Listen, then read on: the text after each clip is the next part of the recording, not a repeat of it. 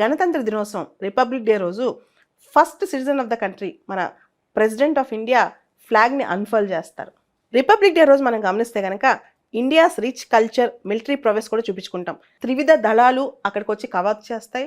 రాష్ట్రాలు వాళ్ళ కల్చర్ని తెలుపుకోవడానికి అక్కడ శకటాల ప్రదర్శన కూడా జరుగుతుంది అనమాట. ట్యాబ్లూస్ అంటే ఆ శకటాల మీద వాళ్ళ డ్యాన్స్, వాళ్ళ మ్యూజిక్, వాళ్ళ పంటలు అవన్నీ చూపిస్తూ శకటాలు అంటే ట్యాబ్లూస్ కూడా తీసుకెళ్తారు. ఇవన్నీ కూడా రిపబ్లిక్ డే రోజు చాలా రిచ్గా కనిపిస్తాయి. దాంతోపాటు మన దేశం ఒక ప్రఖ్యాతి పొందిన దేశం అని చెప్పుకోవడానికి, మన దేశానికి మంచి మిత్ర సంబంధాలు అని చెప్పుకోవడానికి మన మిత్ర దేశం నుంచి ఒక గెస్ట్ని కూడా పిలుస్తాం. అంటే ఇక్కడ ప్రధానంగా మనం 3 డిస్ప్లే చేస్తున్నాం.